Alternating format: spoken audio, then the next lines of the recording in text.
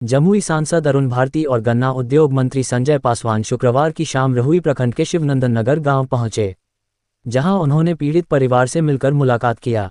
इस दौरान उन्होंने कहा कि पीड़ित परिवार को आश्वासन दिया कि हमारी पार्टी की तरफ से उन्हें हर संभव मदद किया जाएगा।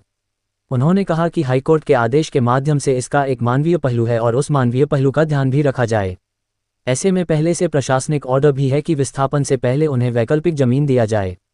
उन्होंने कहा कि ग्रामीणों के लिए क्या कानूनी मदद और क्या प्रशासनिक मदद हो, इसीलिए हम लोग आए थे। हलमोगों ने आश्वासन दिया है कि हम लोग, हमारी पार्टी और हमारे नेता चिराग पासवान हर संभव मदद करेगी और खास करके मानवीय पहलू को ध्यान में रखते हुए जो भी विस्थापित हो रहे हैं उनके लिए वैकल्पिक कोई न कोई व्यवस्था हो, ये आश्वासन दे रहे हैं।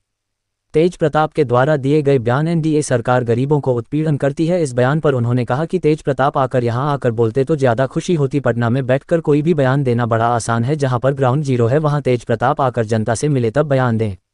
बिहार में बढ़ते अपराध को लेकर कहा कि गृह मंत्रालय सम्राट चौधरी को मिला है। गृह मंत्रालय दायित्व है कि अपराध पर नियंत्रण हो।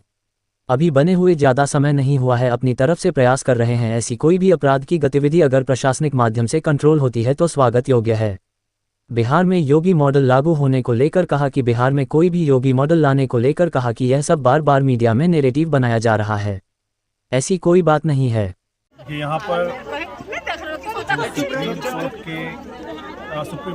हाई कोर्ट के आदेश के माध्यम से जो कंप्लायंस के लिए प्रशासन तत्पर है, तो हम लोगों का है कि इसका एक मानवीय पहलू भी है और उस मानवीय पहलू का भी ध्यान रखा जाए। ऐसे में क्योंकि पहले से ही प्रशासनिक ऑर्डर भी है कि विस्थापन से पहले उनको वैकल्पिक भूमि दी जाए। हम लोग चाहेंगे कि सुप्रीम कोर्ट के आदेश का अक्षर सा पालन हो, लेकिन साथ ही मानवीय पहलू जो है कि जो भी विस्थापित हो रहे हैं उनके लिए वैकल्पिक व्यवस्था भी की जाए और इनके लिए क्या कानूनी मदद हो सकती है, क्या प्रशासनिक मदद हो सकती है। हम लोग इसीलिए आए थे और हम लोगों ने आश्वासन दिया है कि हम लोग, हमारी पार्टी, हमारे नेता चिराग पासवान, हमारी पार्टी हर संभव मदद करेगी और खास करके मानवीय पहलू को ध्यान में रखते हुए जो भी विस्थापित हो रहे हैं उनके लिए वैकल्पिक कोई न कोई व्यवस्था हो। हम ये आश्वासन और ये देकर के यहाँ पे जा रहे हैं। हमारा प्रयास रहेगा कि किसी भी जो यहाँ से विस्थापित हो रहे हों उनके लिए कोई न कोई सरकार की तरफ से व्यवस्था। तेज प्रताप यादव भी कह रहे हैं कि लगातार जो है एनडीए सरकार गरीबों का उत्पीड़न कर रही है, गरीबों पर। तेज प्रताप जी यहाँ आ करके इस बात को बोलते तो मुझे ज़्यादा खुशी होती। पटना में बैठे रह करके कोई भी बयान देना बड़ा आसान है। जहाँ पर ग्राउंड जीरो है, तेज प्रताप जी आकर के जनता से मिले, उनके दुख को समझे, तब कोई बयान दे तो मैं इस बात पे कोई टिप्पणी कर पाऊँगा।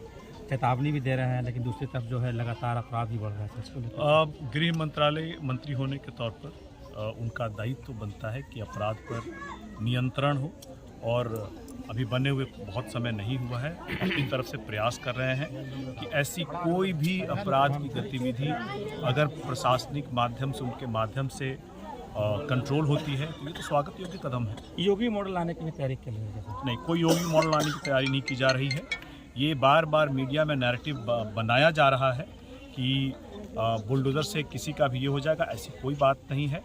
कोई भी, क्योंकि सुप्रीम कोर्ट ने ये कह दिया है कि कहीं भी बुलडोज़र बगैर किसी कोर्ट के आदेश के बगैर नहीं चलेगा, तो अफवाहों पर ध्यान मत दें। और विपक्षी चूँकि चुनाव में बुरी तरह से हार चुके हैं, ऐसे बराबर जनता के बीच में भ्रम फैलाने के लिए उल्टी सीधी बातें कर रहे हैं। आप सभी के लिए ज़रूरी है, जनता से भी अपील है कि तुरंत छुट भैया नेता जो आ करके उल्टी सीधे बगैर सब जो विषय वस्तु है उसकी जानकारी के बगैर ही आ करके उल्टी सीधे बयान देने लगते हैं, वीडियो और रील बनाने लगते हैं, तो उन सभी से निवेदन है कि आप ग्राउंड जीरो पर जहां हो रहा है आइए, पूरी विषय वस्तु को समझिए, उसके बाद ही एक जिम्मेदार नागरिक के तौर पर वीडियो बनाइए और वक्तव्य दीजिए।